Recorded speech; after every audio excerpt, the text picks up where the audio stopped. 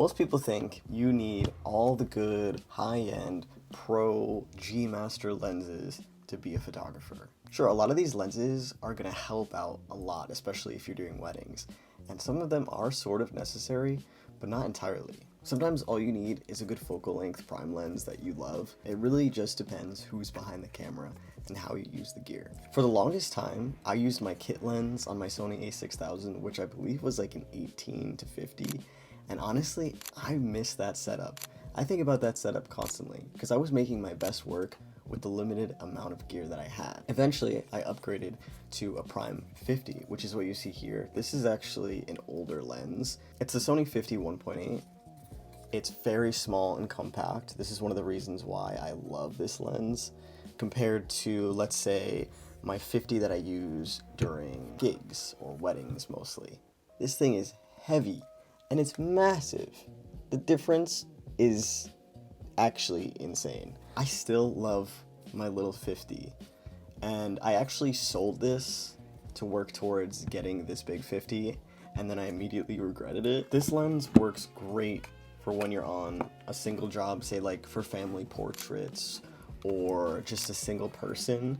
It is super lightweight, it hardly adds anything to my camera body, especially my smaller body here. I honestly feel like I make my best work with this piece of equipment, and it's pretty cheap. It's less than 200, depends.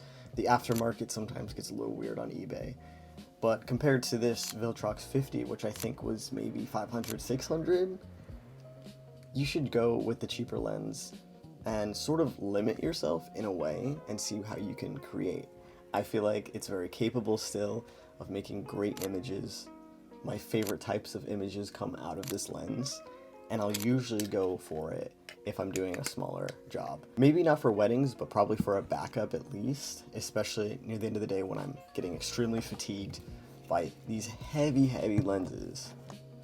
And then I just want to note really quick, my favorite combo here is going to be that 50 super light for portraits, and my 85 also for portraits. Viltrox is an amazing company. It's not as expensive as, like, say, a Sony lens would be. So if I ever had to pick one specific lens to take with me, be it travel or portraits, it'd be this 50mm. And then on the side, I'd also bring a 35 because 50 can be sort of limiting if you don't have a lot of space to move around in. Sometimes having more is too much.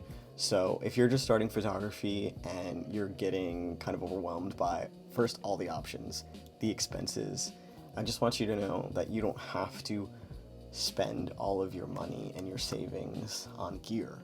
Start off simple, start off small, and work your way up from there. Because all you really need is passion, a piece of equipment that you love and that you will pick up and use.